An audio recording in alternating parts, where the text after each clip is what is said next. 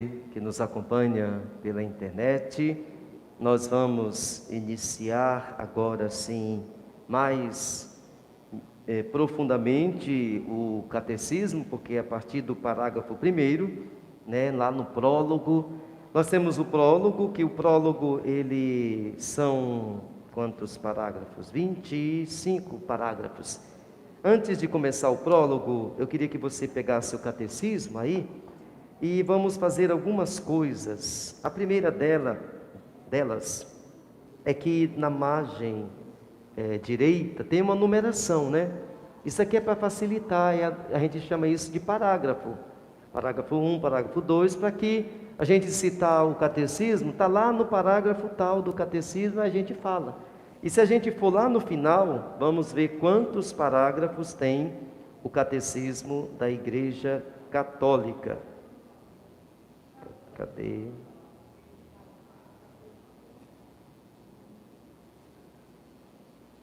Até chegar na página vai demorar.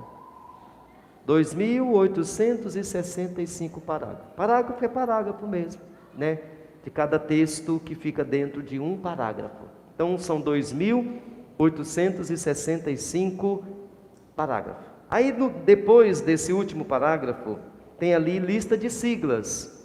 Pega o catecismo, vão comigo, tá? Tem a lista de siglas. Vocês não têm. Esse catecismo ali é do banco? Ah, é teu. E aqui nós temos em latim todos os documentos, cartas da igreja, dos papas, dos concílios, e que tratam de um determinado assunto, todos em latim. Aí, virando a página, nós temos lá índice das citações. As referências são feitas aos números dos parágrafos dos catecismos. Então, temos lá, da Sagrada Escritura, no Antigo Testamento, tem citações do Gênesis, capítulo 1, versículo 1, por exemplo. Está no parágrafo 268, 279, 280, 290. Então, aí tem todos os livros da Sagrada Escritura, todas as citações dos livros que estão nas Sagradas Escrituras. Aí depois dos livros das Sagradas Escrituras, cadê Novo Testamento?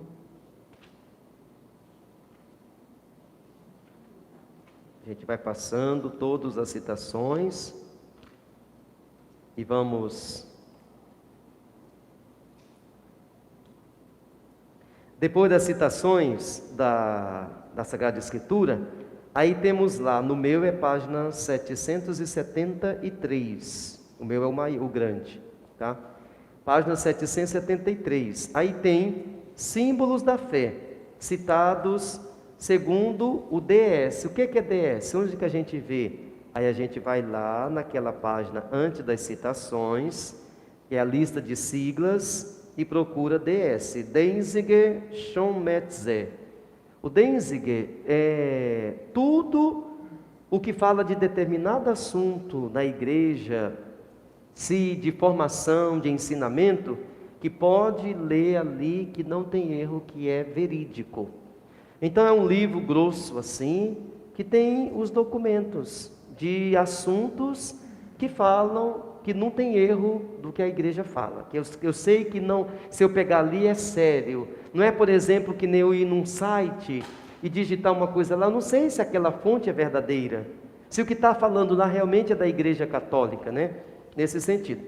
Aí tem os concílios ecumênicos, o concílio de Nicéia, Constantinopla, de Éfeso, de Calcedônia, Constantinopla 2, Constantinopla 3, Nicéia 2, Constantinopla 4, concílio de Latrão 4, concílio de Leão II, aí tem os concílios, todos os concílios, até o Vaticano II.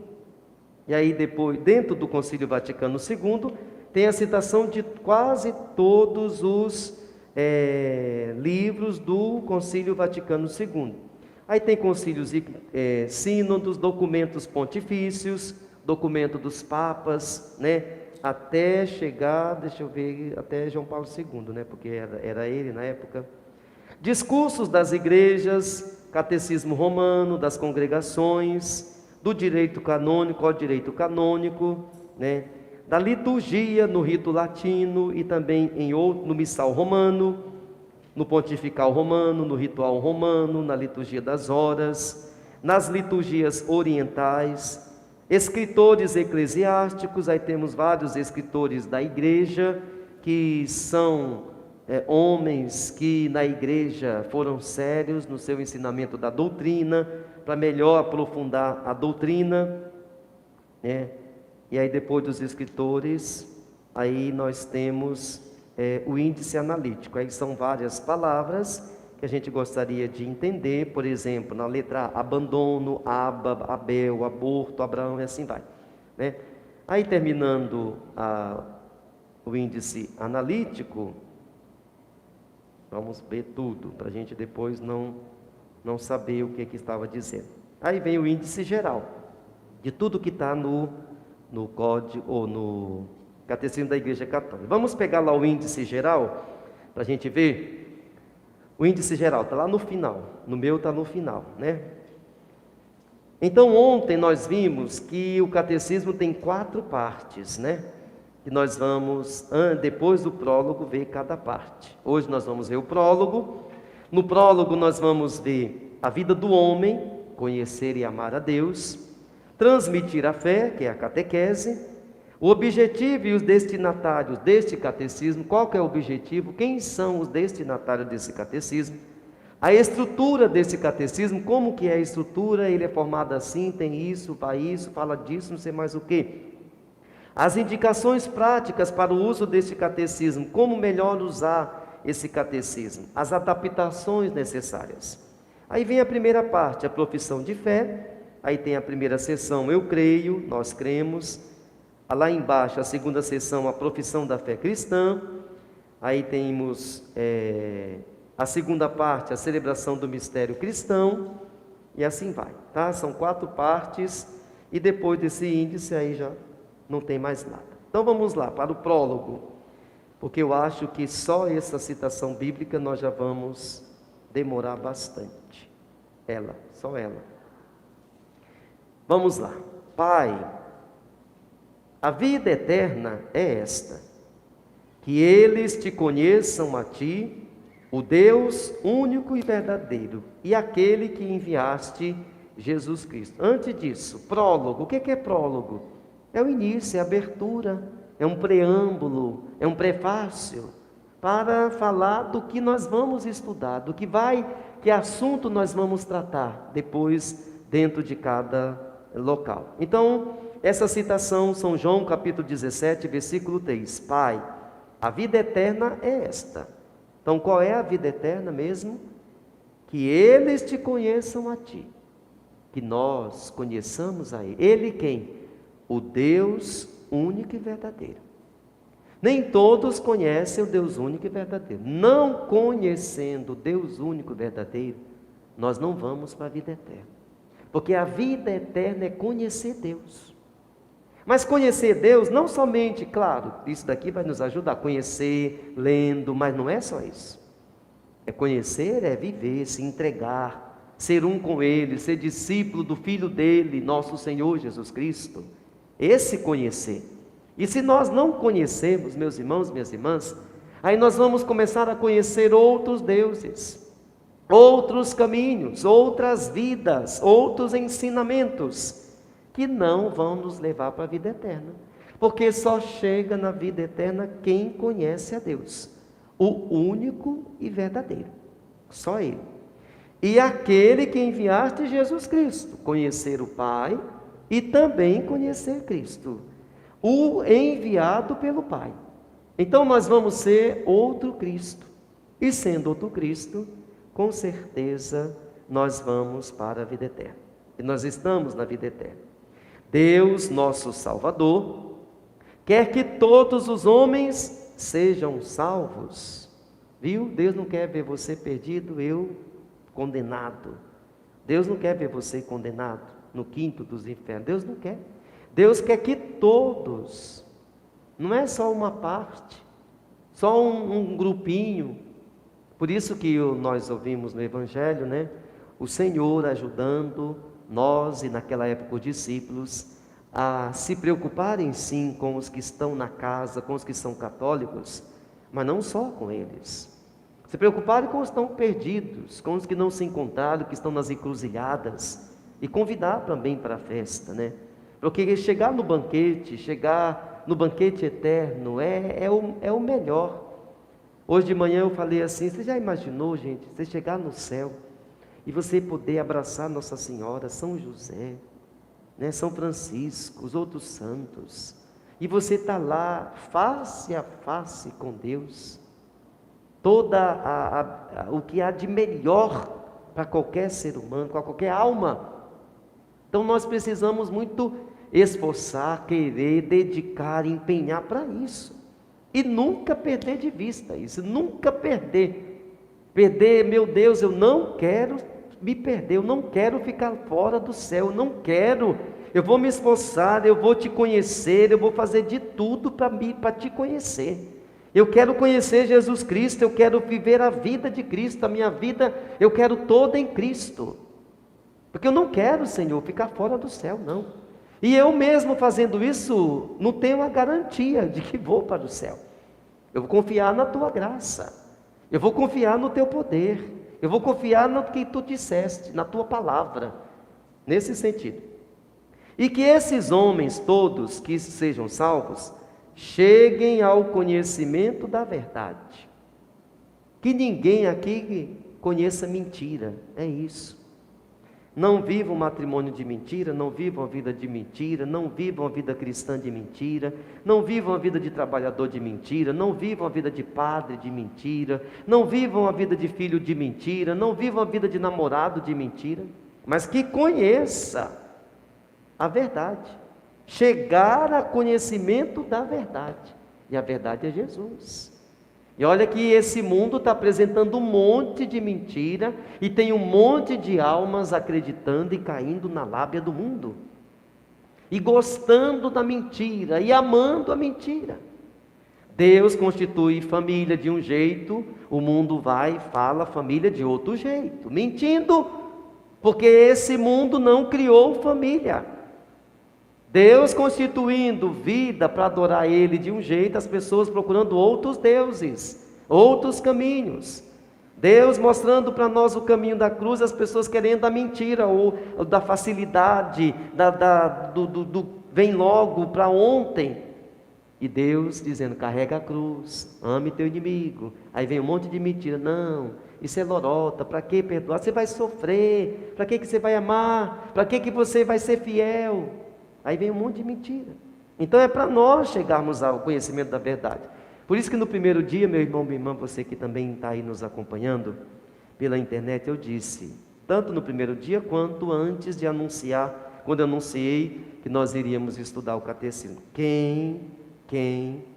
Se Deus quiser, Deus vai nos dar essa graça. Quem conhece de cabo a rabo o catecismo, nunca na vida é enganado, anda erradamente, mente, não desvia.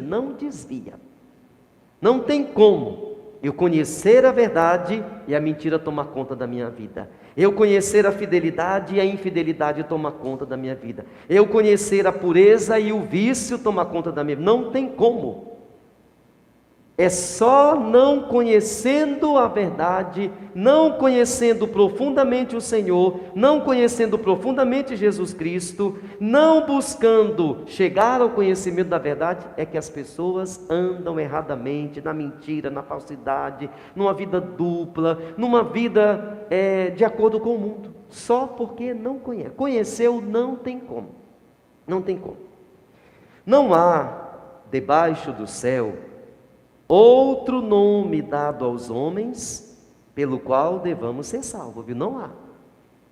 Você pode gostar do Messi, você pode gostar do Neymar, você pode gostar de fulano, cantor, Gustavo Lima, como eu gosto, da Ivete Sangalo, como eu gosto, do Roberto Carlos, vai, dona Rosa, do seu tempo, da sua época aí, vai falando aí. Você pode gostar do Mick Jagger, você pode gostar da Xuxa, você pode gostar de fulano de tal, do Gabigol, você pode gostar, vai corintiano, do Ronaldo, quem? Do Ronaldo Raiol, Aguinaldo Raiol, Ronaldo com Aguinaldo, Mas eles não vão salvar nós não, viu? O único, diz aqui, não há, Atos dos Apóstolos, capítulo 4, versículo 12, não há debaixo do céu outro nome dado aos homens. Esse nome de Jesus que a gente canta, Jesus, nesse nome há poder, há mesmo. Não há outro debaixo do céu dado para nós, outro nome dado para nós. O nome de Jesus foi dado para nós, que devamos ser salvos. Não. Então nós gostamos, mas não tenhamos como ídolos. Não tenhamos como nossa salvação. Não tenhamos como que sem eles a gente não vive. Como tem muitos que são loucos. Alguns vão se doer agora. Muitos são loucos. Assim, meu time perdeu. Nossa, acabou a minha esposa, acabou meus filhos. Nossa Senhora, eu viro nos controlar, porque o único que nos salva é o Senhor. Sabe por que isso? Porque nós não gostamos de perder.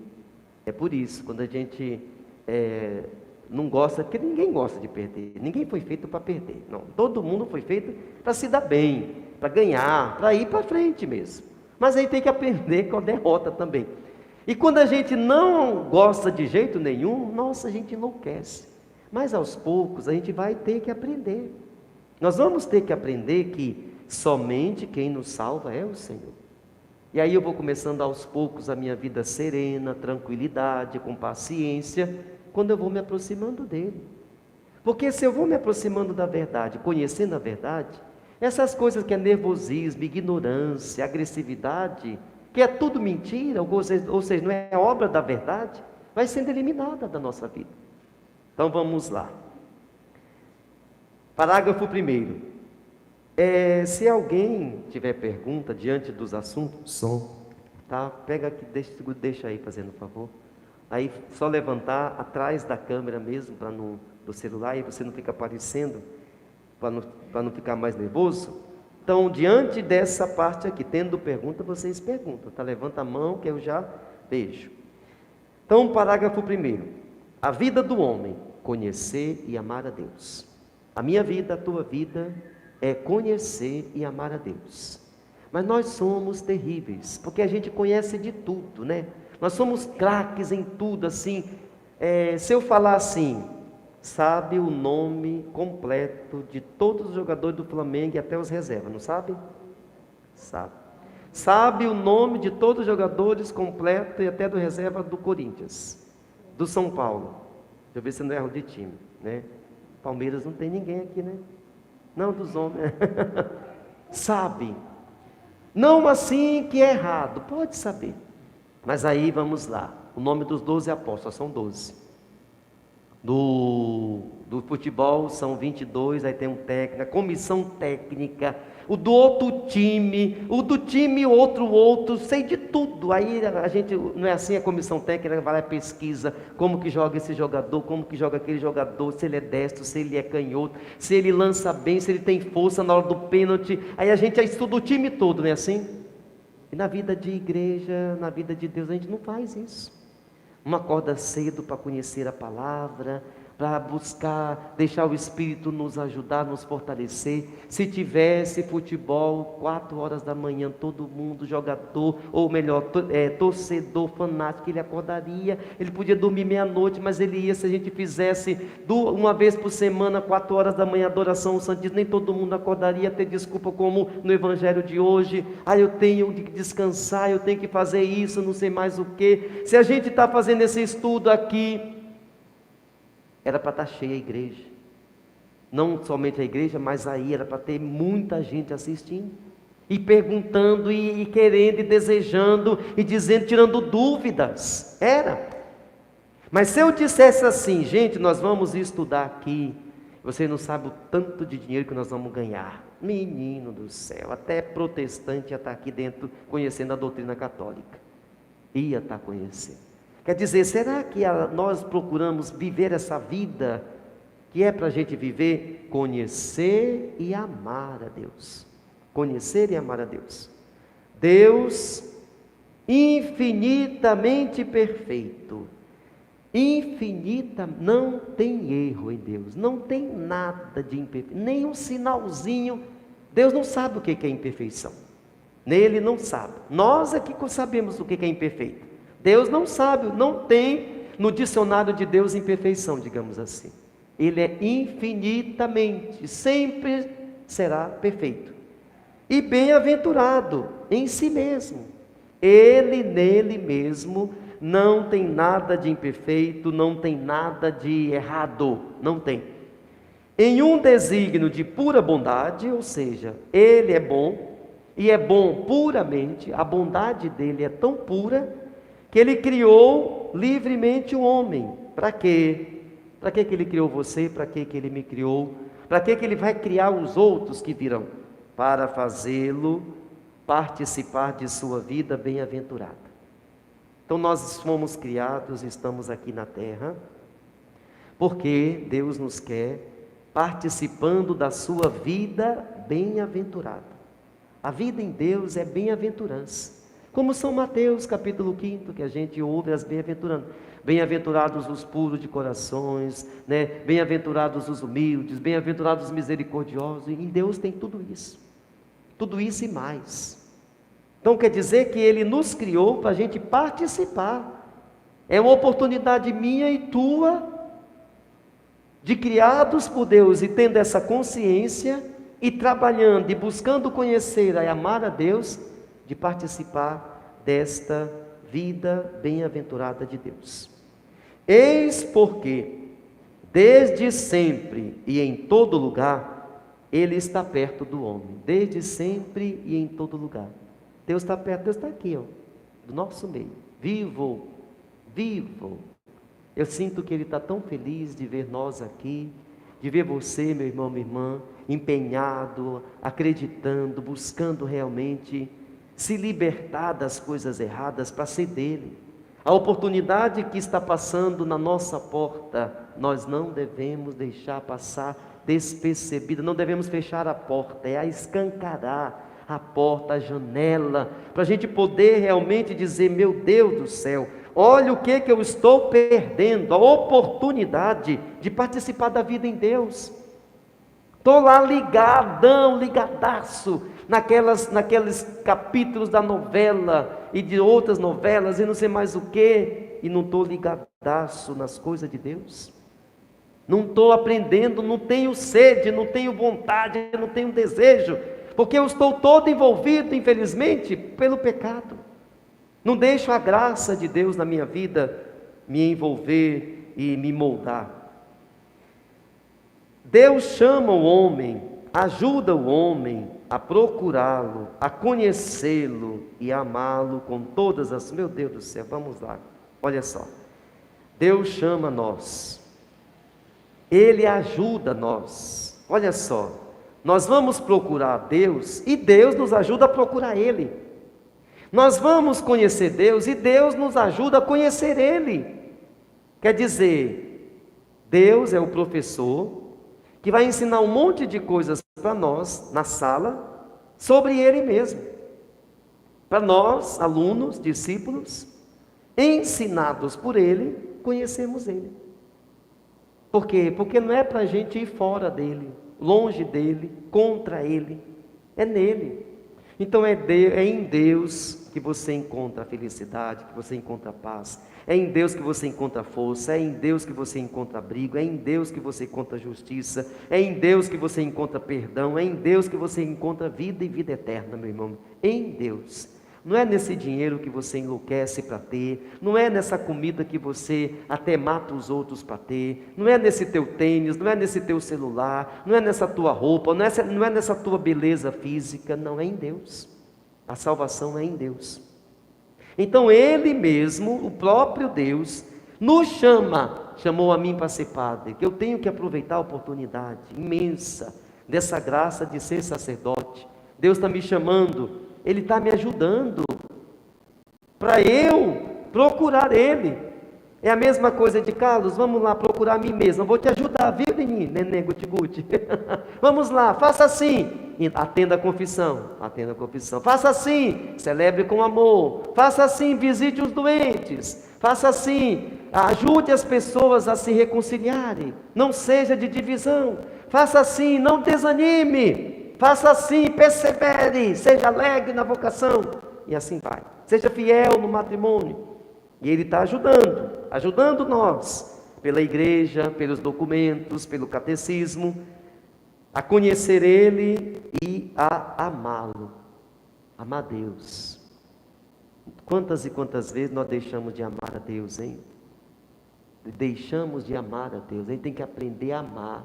Porque amar a Deus, a gente não vai ter preguiça, nós não vamos cansar. Quando a gente ama a Deus, a gente vive a vida e faz coisas que humanamente duvida. Porque a gente ama a Deus. Acorda de madrugada, não tem sono depois. Quando vai andar pelos problemas, não treme, não se abala, não enlouquece, não busca vício, não procura as coisas erradas para se dar bem, não trapaceia, porque a gente está amando Deus. E aí diz, com todas as suas forças, usar a mente, usar a força física, a força que Deus nos deu. Convoca todos os homens, dispersos pelo pecado, viu? Nós fomos, o que nos dispersou, o que desgraçou a vida do ser humano foi o pecado. A desobediência de Adão e Eva para com Deus. A obediência de Adão e Eva para a serpente, para Satanás, para o diabo. Isso desgraçou a vida do ser humano. E o pecado nunca une. O pecado dispersa. A pessoa que peca, ela fica com vergonha. Não foi assim? Adão se escondeu, morria de vergonha. Ele teve vergonha. Quando a gente está na graça, a gente não tem vergonha. Pode ver, quando eu tenho esse dom que Deus me deu, de às vezes chegar perto de uma pessoa assim, não assim de uma forma misteriosa, pega uma bola de cristal e vai lá e diz, adivinha, e saber assim, alguma coisa tem de errado aí na tua vida, alguma coisa não está certa aí. Aí Deus vai lá, eu nem abro a boca, já chega perto, já vem. E quer dizer, o pecado dispersa, faz a gente ficar morrendo de medo. Como seria maravilhoso que todos os filhos, todos, encontrassem no pai e na mãe um auxílio para o filho não se perder, para a filha não se perder. Como seria maravilhoso que todos os filhos obedecessem seus pais e os pais fossem sempre corretos, justos, para os filhos obedecerem, fosse autoridade dentro de casa, Como seria belo, maravilhoso. Porque isso daí faria com que os filhos, na confiança para com os pais, não procurassem as coisas erradas, porque sempre obedeceriam os pais. Mas por que não obedece? Por causa da desgraça do pecado. O pecado dispersa. Quantas pessoas são dispersadas dentro de casa, longe de casa, longe da igreja, longe da fé, longe da conversão, longe da santidade, longe de Deus, porque o pecado quer isso. Quanto mais longe de Deus para o pecado, melhor. Voltando, Deus convoca todos os homens, esses homens que foram dispersos pelo pecado. Para que Deus convoca? Convoca para a unidade de sua família, que é a igreja. Então a igreja é a família unida de Deus. E quando nós não vivemos unidos, é porque nós ouvimos o pecado.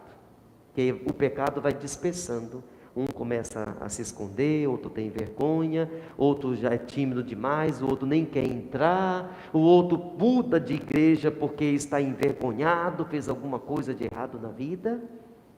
Deus não quer isso. Deus quer que nós vivamos a unidade da sua família. A família de Deus chama-se igreja. E é por isso que, como igreja, nós devemos aprender a viver como irmãos, porque nós somos a família de Deus. E será que Deus está gostando da nossa família? Da família dele? Ou nós estamos esquecendo de que Deus gosta dessa família, e aí nós estamos fazendo coisas nossas, coisas do mundo, sem o auxílio e a permissão de Deus? E nós vamos colocando para a igreja, sujando a nossa família e a família de Deus, manchando a nossa família e a família de Deus, pelos pecados, pelas maldades, pelas fofocas, pelas invejas, pelos ciúmes, pelos medos, pelos desânimos, pelas desistências, pela falta de empenho e colaboração, né? Porque a família tem que ter empenho, tem que ter colaboração. Um está doente, vai lá e ajuda. Um está com um problema, infelizmente caminhou por vir. A família tem que unir na oração, unir em ligar, em mandar telefonema, mensagem, se preocupar. Para não querer ver o filho que saiu de dentro de mim da mãe, e agora está sofrendo. Eu também sofro, né? Isso deve acontecer conosco, comigo, Padre, e com vocês, irmãos. Deus faz isto por meio do Filho, que enviou como Redentor e Salvador, quando os tempos se cumpriram. Então, Jesus foi enviado pelo Pai como Redentor e Salvador. Cumpriram-se os tempos, foi naquela hora, naquele período, naquele tempo, que tudo estava se cumprindo, porque os profetas vinham falando, tudo anunciando, chegou o tempo de o Verbo se encarnar. Deus enviou o Filho como Salvador, tem que se cumprir aqueles tempos. Nele, em Jesus, e no Cristo, por Ele, por Cristo. Quando o Padre celebra a missa, nós celebramos a missa, no final da oração eucarística, ergue a patena, né, com o corpo de Cristo, o cálice com o sangue de Cristo, e diz: tudo que foi feito agora foi por Cristo, com Cristo e em Cristo. Se nós aprendermos isso, está ótimo. Seja você esposo e esposa, seja você pai, mãe, eu, padre, tudo que formos fazer por Cristo. Nós estamos aqui por Cristo, nós estamos em Cristo e com Cristo. Eu sou casado, eu sou padre. Aonde eu for, eu tenho que saber que eu estou indo com Cristo e Cristo comigo. Se eu perco isso, eu dou brecha para o diabo, eu dou brecha para Satanás. Aí eu vou fazer o quê? A vontade da carne. Vou ser um padre safado, ou mulherengo, ou homenzengo, não sei como é que fala essa palavra. Vou ser um padre ignorante. Vou ser um padre preguiçoso. Vou ser um padre que abandona. Vou ser um padre infiel, que não dá testemunho. Então, na nossa vida é por Cristo. Eu amo, eu perdoo, eu ajudo, eu incentivo, eu intercedo, eu estendo a mão, eu rezo, eu visito por Cristo. Cristo pediu por Ele. Não posso ser por mim, porque se for por mim, eu odeio. Eu excluo, eu tenho um preconceito. Se for por mim, na carne, eu divido, eu atrapalho. Mas se é por Cristo, eu me silencio, eu tenho paciência, eu caminho na humildade, eu persevero. Se é com Cristo, eu vou com Cristo, eu sei que Ele vai à minha frente, e eu sei que Ele está comigo, então eu não tenho medo, nenhum mal eu temerei, o Senhor está comigo, o seu bastão, o seu cajado me defendem. Mesmo que eu passe pelo vale tenebroso, nenhum mal eu vou temer, Ele está comigo. Por que eu vou ter medo de ser padre, anunciando, falando a verdade? Deus está comigo, Cristo está comigo, eu não posso me calar. Por que eu vou ter medo de falar de família, eu sendo um pai, uma mãe que acredita na família, e vou me esconder com medo do mundo que não quer saber de família? Não, Cristo está comigo, eu vou testemunhar a família, e em Cristo. E o que é esse em Cristo? As minhas ações em Cristo vão ser iguais a dele. Se Cristo estivesse no meu lugar, Ele odiaria, Ele xingaria, Ele chutaria o balde, Ele abandonaria, Ele seria infiel? Não. Então em Cristo eu também não vou fazer o que o mundo quer, mas o que Cristo faz. Então é uma força, e nós estamos aqui exatamente para isso, né? Então, voltando, nele e por Ele chama os homens a se tornarem no Espírito seus filhos adotivos. Então é em Cristo e por Cristo que eu e você somos filhos adotivos do Pai. Então por que nós somos filhos adotivos do Pai? Por causa de Cristo. Porque se não fosse o Verbo encarnado, nós não seríamos filhos do Pai. Foi por causa da vinda dele, da morte dele, da encarnação dele, de ter vindo até esta terra, que nós somos considerados pelo Pai como filhos. Ele nos adotou. E, portanto, herdeiro de sua vida bem-aventurada. Não esqueça isso, meu irmão, minha irmã, nem eu também, principalmente eu. Não esqueçamos. Vivendo assim, a nossa vida em Cristo, por Cristo, vida no Espírito Santo, como filhos adotivos do Pai, não esqueçamos, nós somos herdeiros de uma vida bem-aventurada. Nós não vamos herdar uma vida suja. Nós não vamos herdar uma vida fedida, pecaminosa. A herança para nós, o que nós vamos herdar, o que vai vir para nós depois, é vida bem-aventurada. Só não vai nesse caminho quem é burro. Porque quem é inteligente vai abandonar tudo que não presta para chegar nessa vida. Porque a vida bem-aventurada não tem morte, não tem dor, não tem sofrimento, não tem fome, não tem doença, não tem fofoca, não tem vício, não tem infidelidade. A vida bem-aventurada é só alegria, é festa. Essa festa do Evangelho de hoje. Essa festa maravilhosa que não falta nada. Já pensou aquelas festinhas que a gente faz? Nós de comunidade, povo reunido, e bebe, e come, lá vai comer, beber, nunca vai faltar nada. Não sei se tem Heineken no céu, se tem Brahma, não sei como é, mas é festa eternamente, não se acaba. Claro que não é a festa do mundo, é a festa do céu, né? É diferente, claro. Nesse primeiro parágrafo, tudo bem? Nenhuma pergunta? É tanta coisa nesse primeiro parágrafo, meu Deus do céu, isso daqui dá para fazer um retiro de tantas coisas. Parágrafo 2º. A fim de que este chamado ressoe pela terra inteira, ou seja, Deus chamou. Mas aí Deus vai chamando como? Como é que Deus vai chamando os outros? Como é que Deus vai chamar? Pense agora, traga na tua mente, aquela pessoa que você conhece que nunca pisou os pés aqui, mora aqui, ou é amigo de vocês. Pense bem, como é que Deus vai chamar essa pessoa, né? A fim de que esse chamado ressoe pela terra inteira, Cristo enviou os apóstolos, que ele escolheu, e deu a eles o mandato de anunciar o Evangelho. Então quer dizer, Deus pode chamar ele sozinho? Todo mundo pode, mas ele não quis isso. Ele quis que nós participássemos desse chamado. Ele quis que nós fôssemos colaboradores dele. Mas não que nós, sendo colaboradores dele, nós vamos acrescentar algo nele, não, porque Deus já é, como diz lá em cima, infinitamente perfeito. Deus não tem carência, não falta nada em Deus, em nós falta. Em nós falta santidade, em nós falta amor, em nós falta misericórdia, em nós falta justiça, em nós falta paciência, em nós falta carinho e assim vai. Falta tudo isso. Em Deus não falta nada. Ele é infinitamente perfeito. Então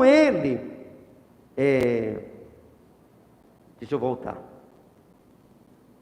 Cristo enviou então os que escolheram e deu a eles mandato de anunciar o Evangelho. Como? Mateus capítulo 28, versículo 19 a 20. Ide, é uma ordem, vão. Ele diz assim, olha, eu vou pedir um favor para você. Não, eu estou mandando. Eu sou o Senhor de vocês. Ide, fazei que todas as nações se tornem discípulos. Fazei. Ou seja, trabalhem, se esforcem, se empenhem, usem a criatividade, usem o testemunho, mas façam discípulos. Não deixe de fazer discípulos. Será que nós, na nossa comunidade, estamos fazendo discípulos de Cristo? Não é discípulo do Padre de Carlos, não é discípulo do Júlio, não é discípulo da Regina, não é discípulo da Rosa, não é discípulo do Renato, é de Cristo. Nós estamos fazendo discípulo de Cristo? Fazei que todas as nações se tornem discípulos, batizando-as em nome do Pai, do Filho e do Espírito Santo, e todo batizado eu falo isso, ensinando-as a observar tudo quanto vos ordenei. Eu falo isso em todo batizado, porque é o dia que eu tenho que pegar o pai, a mãe, o padrinho, a madrinha, os parentes, que só vão naquela hora. E digo o seguinte, olha, não pense que vocês vindo aqui, só nesta hora vocês já cumpriram o preceito, não.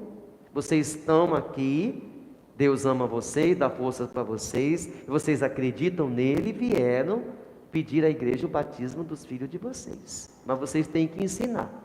E aí eu digo, mas eu pergunto para vocês, vocês conseguem ensinar sobre Cristo para o filho de vocês, vocês faltando à missa? Vocês não vindo à missa, vocês não rezando em casa, vocês colocando dentro da casa de vocês pornografia, músicas indevidas, palavrão, ignorância, não amando, não rezando em casa, vocês conseguem ensinar o que Cristo pede para vocês desse jeito? Então eu faço isso no batizado. Porque como é que a gente vai ensinar, como é que eu, padre, vou ensinar a comunidade, se eu não aprendi, se eu não estou no caminho, se eu não faço o exercício, se eu não me empenho, se eu não estudo, se eu não peço auxílio de Deus, se eu não acredito nele, como é que eu vou ensinar as coisas dele para os outros se eu não conheço, né? Ensinando-as a observar tudo que vos ordenei.